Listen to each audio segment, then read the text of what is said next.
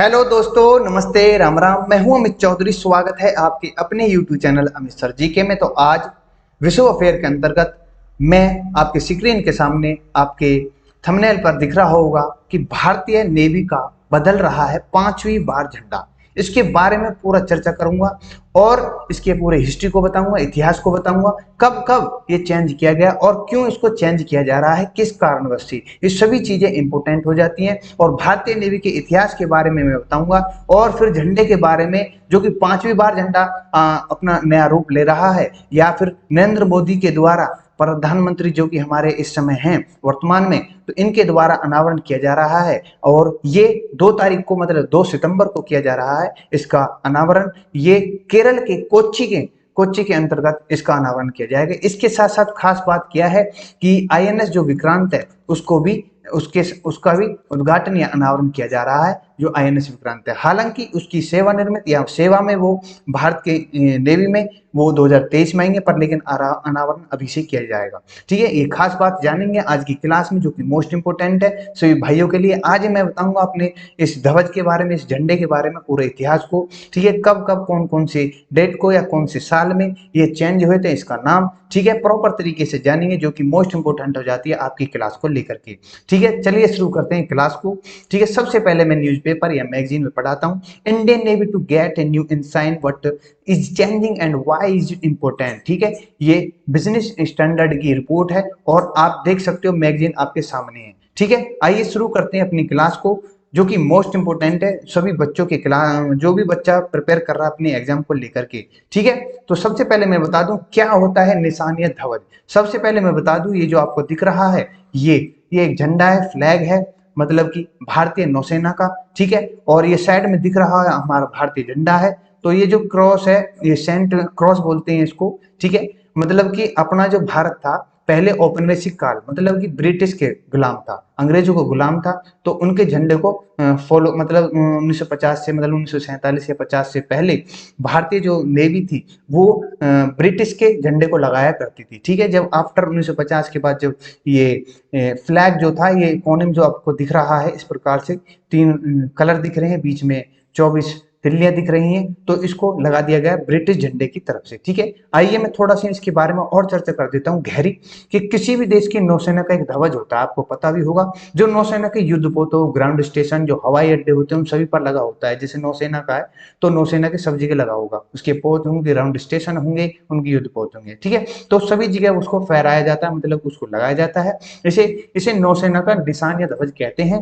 भारतीय नौसेना का अपना निशान या ध्वज होता है। ये सफेद रंग के आधार पर लाल रंग का क्रॉस बना हुआ होता है, जैसे कि आपको दिख रहा है। ठीक है, इसको मैं थोड़ा रफ कर दूं। ये जो क्रॉस का जो वर्टिकल और हॉरिजेंटल लाइन है ना, प्लस के निशान दिख रही है आपको। ठीक है, इनकी बात हो रही है यहाँ पर। ठीक है, ये जो कि सेंट जॉर्ज का प्रतीक माना जाता है, ये जो प्लस का निशान है, ध्वज के ऊपरी कोने में ये तिरंगा है, मैंने बता दिया पहले भी। साथ ही क्रॉस के बीच में अशोक चिन्ह भी बना हुआ है, आगे मैं बता दूंगा। अब इसी निशान को, ध्वज को बदला जा रहा है, इसको लेकर के चर्चा की जा रही है। मतलब कि कल इस चीज का अभी तो नया झंडा, मतलब कि कल ऐसा नहीं है कि झंडा कल दूसरा मिल जाएगा, नहीं नहीं, अभी फिलहाल ये रहेगा। अभी थोड़े से इसका ये बारे में जिक्र किया जा रहा है। देखो, नया ध्वज कैसे होगा अलग, इसके बारे में थोड़ी मैं हिस्ट्री के बारे में पढ़ लेता हूँ। जो नौसेना है, 2 अक्टूबर 1934 को नेवल सर्विस को रॉयल इंडियन नेवी, मतलब जो ब्रिटिश के अंडर था, मतलब अंग्रेजों को गुलाम था हमारा भारत। ठीक है, तो उस समय इसका नाम था रॉयल इंडियन नेवी। ठीक है, और जब बंटवारे हो गए, जब भारत और पाकिस्तान इनके बंटवारे हो, भारत आजाद हो गया, तो जो ये रॉयल है, या मतलब कि रॉयल नाम था, इसको नाम हटा चेंज कर दिया गया। तो इसके मैं बता दूं कि जो रॉयल इंडियन नेवी और रॉयल पाकिस्तान नेवी के रूप में बट गई थी। फिर बाद में 26 जनवरी 1950 को इंडियन नेवी में से रॉयल शब्द को हटा दिया गया और उसे भारतीय नौसेना नाम रख दिया गया। ठीक है, आपसे क्वेश्चन यहाँ से भी उठ सकता है। आजादी के पहले तक नौसेना के ध्वज में ऊपरी कोने में ब्रिटिश झंडा, जैसे मैंने बताया था, बना रहता था, और जिसकी तरह जगह तिरंगे की जगह दे दी गई। ठीक है, अब जो जानकारी मिली है, नए ध्वज में जो क्रॉस का चिन्ह है वो मैं बता चुका हूँ, इसको हटाया जा रहा है और नया रूप जब भी फ्लैग बनकर आएगा उसके बारे में पूरे प्रॉपर तरीके से मैं बता दूंगा। ठीक है, उसमें मैं बता दूंगा क्रॉस सेंट जॉर्ज का असली मतलब क्या होता है। ठीक है, एक बार चेंज होने दो इसको। ठीक है मेरे भाइयों, अब मैं बता देता हूँ अपने भाइयों को, 1950 तक 5वीं बार चेंज हो रहा है। ठीक है, भारतीय नौसेना का जो पताका बोल लो, ध्वज बोल लो, झंडा बोल लो, फ्लैग बोल लो। ठीक है, पहले मैं बता कर लूँ कौन कौन 4 कौन कौन से डेट है, ईयर्स है, उनके बारे में। सबसे पहले मैं बता दूं 1950 में, जो कि मैंने अभी बताया है, ऐसा कुछ दिखता था 1950 के अंदर। तो जब भारत गणतंत्र बना तो रॉयल शब्द को हटा दिया गया, वहां पर भारतीय नौसेना रूप में ले लिया गया और सेंट जॉर्ज को ये प्रतीक दे दिया गया। ये आपको दिख रहा है, वो कोने में भारतीय झंडा लगा दिया गया। ठीक है, 1950 में तो ये हुआ था। उसके बाद बात करते हैं 2001 में। 2001 में नौसेना के ध्वज को फिर से संशोधित किया गया, सेंट जॉर्ज क्रॉस को गिरा दिया गया। ठीक है, और ये कुछ आपको दिख रहा होगा गहरा नीला सा, इसके सफेद मतलब नीला शिखर बना दिया गया। और ये 2000 मतलब उस समय के राष्ट्रपति 15 अगस्त 2021 को लागू कर दिया गया। फिर इसको सवाल उठने लगे। ठीक है, नौसेना के शिखर को नीला आकाश समुद्र से अलग नहीं था, ये सभी चीजें, इस पर तो काफी बात विवाद हो गए थे। ठीक है, फिर कुछ सालों बाद 2004 में इसका फिर नया रूप दिया गया कि एक परिणाम के रूप में, मतलब 2004 में नौसेना के ध्वज में फिर चेंजिंग हुई, इसमें नीले शिखर को हटा दिया गया बिल्कुल, और क्रॉस के चौराहे पर मतलब सेंट जॉर्ज को दोबारा लाया गया। फिर ये जो बीच में दिख रहा है ना आपको राष्ट्रीय प्रतीक हमारा, ठीक है, ये इसको डाल दिया गया इसके अंतर्गत। ठीक है, सेंट जॉर्ज क्रॉस के अंतर्गत। ठीक है, जो प्लस का निशान होता है, ये 2004 की बात है। फिर 10 साल बाद की बात करूं तो 10 साल बाद इस प्लस के निशान में जो आज भी है फिलहाल, तो इस जो राष्ट्रीय प्रतीक है इसके नीचे देवनागरी में सत्यमेव जयते नाम कर दिया गया, लिख दिया गया। तो ये अभी तक का ये राष्ट्रीय मतलब भारतीय नौसेना का ध्वज था। और हर जगह स्टेशनों पर, ग्राउंड स्टेशन जो होते हैं जैसे मैंने बताया, इनके एयरपोर्ट पर, सॉरी नेवी स्टेशनों पर, सभी जगह यही फ्लैग लगता है, ये ध्वज लगता है। ठीक है, ये पूरी जानकारी मैंने दे दी। और 5वीं बार जब इसका नया रूप आएगा मैं प्रॉपर तरीके से आपको बता दूंगा, करंट अफेयर में भी, स्वेकी में, और फिर एक टॉपिक या इसको लेकर आ जाऊंगा मैं क्लास को। ठीक है, आइए थोड़ा सा और मैं बता दूं कौन कौन से देश है जिसने अपने राष्ट्र जो नौसेना के जो ध्वज है उनको हटा दिया। पहले जो ब्रिटिश के अंडर थे, ठीक है, जैसे कि ऑस्ट्रेलिया था, न्यूजीलैंड था, कनाडा था, दक्षिण अफ्रीका, मोटे मोटे ले लिए मैंने। इन्होंने भी अपनी नौसेना के ध्वजों को बदल दिया गया। जैसे ऑस्ट्रेलिया दिख रहा है आपको, ये ऑस्ट्रेलिया की नौसेना का ध्वज था, पहले तो इस तरह का दिखता था, पर लेकिन इन्होंने भी चेंज कर दिया। फिलहाल क्रॉस के निशान को हटा करके स्टार दर दिए, जो आपको दिख रहे होंगे प्रॉपर तरीके से। ठीक है, ब्रिटिश औपनिवेशकाल अधिकतर देशों ने अब अपने नौसेना के निशान बदल दिए हैं। ऑस्ट्रेलिया, न्यूजीलैंड, कनाडा, दक्षिण अफ्रीका, मैंने बता दिया। इन सभी देशों के ध्वज पर पहले ब्रिटिश झंडा लगा रहता था। ठीक है, जैसे अपने भारत पे लगा हुआ सेंट क्रॉस जो है, इसको निशान को हटा दिया जाएगा। ठीक है, ये सभी चर्चा करनी जरूरी थी, हर चीज को बताना जरूरी था।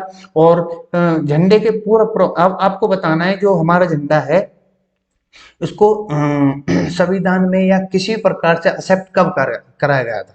ठीक है, ये इंपॉर्टेंट क्वेश्चन है, आपको सर्च करना है, इन कमेंट मुझे बताना है। ठीक है, तो और थोड़ा इतिहास इसके बारे में मैंने लिख दिया, इसको पढ़ लेना आप प्रॉपर तरीके से। उसी समय कौन कौन से जो विमान विताक थे या विमान पोत थे या नौसेना के अंदर जो भी था ये सपोर्ट करने के लिए, ये मोस्ट इंपोर्टेंट, इसकी पूरी हिस्ट्री मैंने दे रखी है। ठीक है, पाकिस्तान जब अलग हुआ उसको कितना हिस्सा मिला था, या फिर कौन कौन से अपने जो पुराने फ्रिगेट जैसे प्रशिक्षण कोकण, कारवार, किकनाड़, कनूर, कडलूर, कशीन, विमलपट्टम, ये हटाने वाले सिकुड़न तैयार किए गए, ये सभी नौसेना के अंडर है। ठीक है मेरे भाइयों, और कौन कौन सी किस चीज क्या क्या समय किस समय क्या क्या हुआ है, सभी चीजें मैंने इस इतिहास के बारे में इस स्लाइड के अंदर दे दिया है। ठीक है, ज्यादा पढ़ूंगा तो लंबी क्लास हो जाएगी, आप कहोगे बोर कर रहा है। ठीक है मेरे भाइयों, तो एक बात और कहनी थी, जो INS विक्रांत है उसकी चर्चा मैं प्रॉपर तरीके से करूंगा कल। इसको इसका अनावरण हो जाने दो, उसके बाद INS विक्रांत पर एक क्लास ले आऊंगा। ठीक है, तो ये मोस्ट इंपोर्टेंट क्लास थी मेरे भाइयों के लिए। आपके अगर समझ में आया हो, कुछ भी कहीं भी किसी प्रकार से कोई दिक्कत हो रही हो, अगर कोई भी स्लाइड में आपको कहीं पर भी कोई दिक्कत आए तो मुझे इन कमेंट बता दिया करो, या डिस्क्रिप्शन में मैं लिंक दे देता हूँ, टेलीग्राम का हुआ या फेसबुक का हुआ, तो वहां से आप मेरे से बात वार्तालाप कर सकते हो। ठीक है, कि सर ये या भाई ये यहाँ से मेरे समझ में नहीं आ रहा। ठीक है, और आपको मैं बता दूं GK से जो भी बच्चा परेशान है या किसी भी सब्जेक्ट को लेकर, जैसे हिस्ट्री है, पॉलिटी है, ठीक है, और ज्योग्राफी है, तो तीनों सब्जेक्ट को लेकर के आपको कोई परेशानी आ रही है तो मुझसे मेरे इन यूट्यूब चैनल पर, अपने यूट्यूब चैनल पर आपका अपना ही है, ठीक है, इसी पर बिल्कुल 6 to 10th NCERT बेस्ड बिल्कुल प्रॉपर तरीके से एक एक क्लास विद प्रैक्टिस सेट के साथ पढ़ी हुई हैं।